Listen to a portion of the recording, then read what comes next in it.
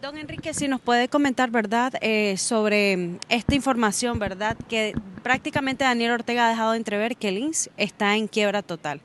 ¿Qué pasa ahora o qué le espera a los pensionados? Sí, lo primero que hay que decir que esta crisis de la seguridad social es una de las expresiones del fracaso económico y social de la gestión de Ortega. Porque 16 años en el poder y con poder absoluto, dos reformas a la seguridad social y sin embargo la crisis se ha agravado. ¿Por qué? Es una de las evidencias del fracaso en la gestión económica y social de Ortega. Primero, porque las finanzas de toda institución de la seguridad social provienen de dos fuentes, principalmente.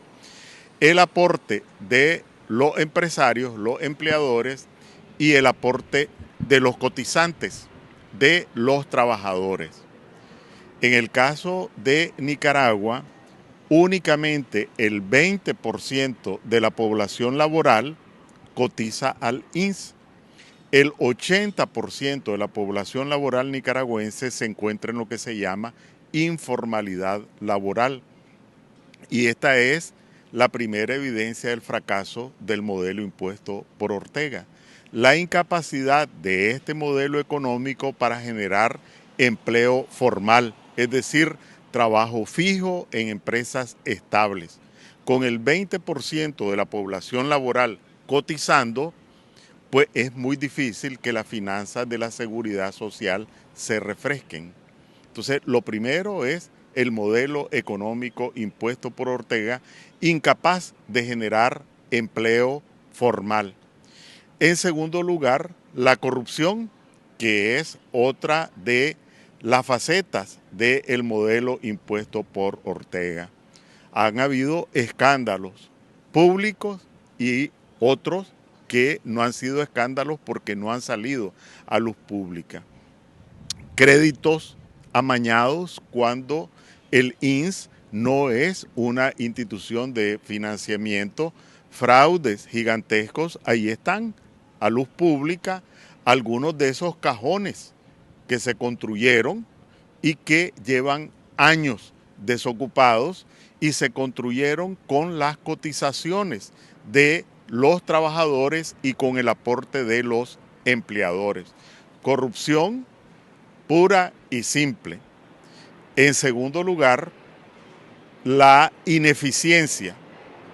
Hicieron o impusieron una primera reforma a la seguridad social en el 2014, que implicó un aumento en las contribuciones de los empleadores y una disminución por un mecanismo mañoso a las pensiones de los cotizantes al INSS.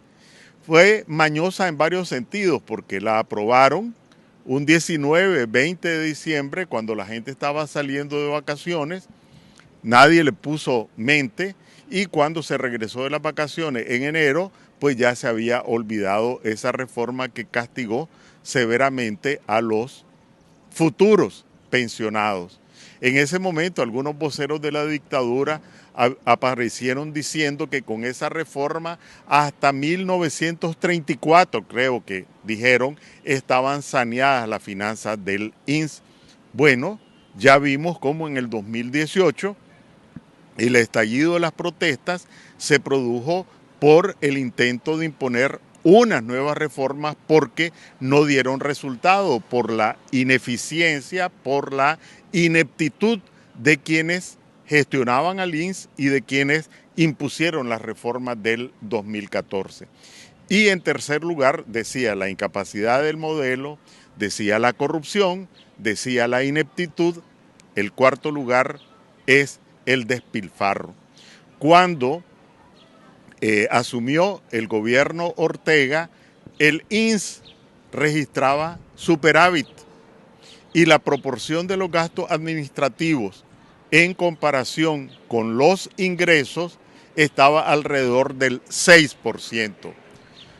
Menos alrededor de 5 años después, habían multiplicado los trabajadores, lo que significa supernumerarios, habían elevado los salarios, sobre todo de los salarios del personal directivo, y habían aumentado los gastos administrativos hasta el 13%, los gastos administrativos como proporción de los ingresos. Obviamente una institución no podía soportar semejante carga de ineptitud, de corrupción y de despilfarro, además de el fracaso del modelo incapaz de generar empleo fijo, empleo estable, empleo remunerador para la fuerza de trabajo. Porque a pesar de que, digamos, prácticamente se ha dicho, ¿verdad?, que ya está en quiebra el INSS, ¿por qué la gente no se inmuta ante esta noticia? Bueno, vivimos y la gente vive bajo una dictadura que cercena todo derecho a la organización, todo derecho a la movilización, todo derecho a la protesta. Recordemos, y lo vuelvo a repetir, que las protestas de abril estallaron precisamente por el rechazo de la población a las reformas que pretendieron imponer a la seguridad social. Creo que hay una inconformidad generalizada con los servicios, hay una inconformidad generalizada con las pensiones, porque esta es, repito la palabra, una reforma, las que han impuesto, mañosas, porque no dicen se extiende de 60 a 65 años la edad de retiro. Lo que hacen es, o lo que han hecho es, cambiar la fórmula de cálculo de manera tal que yo estoy cotizando, tengo 40 años, tengo 45 años, tengo 35 años, no siento el golpe. Solo he sentido el golpe del aumento en la contribución.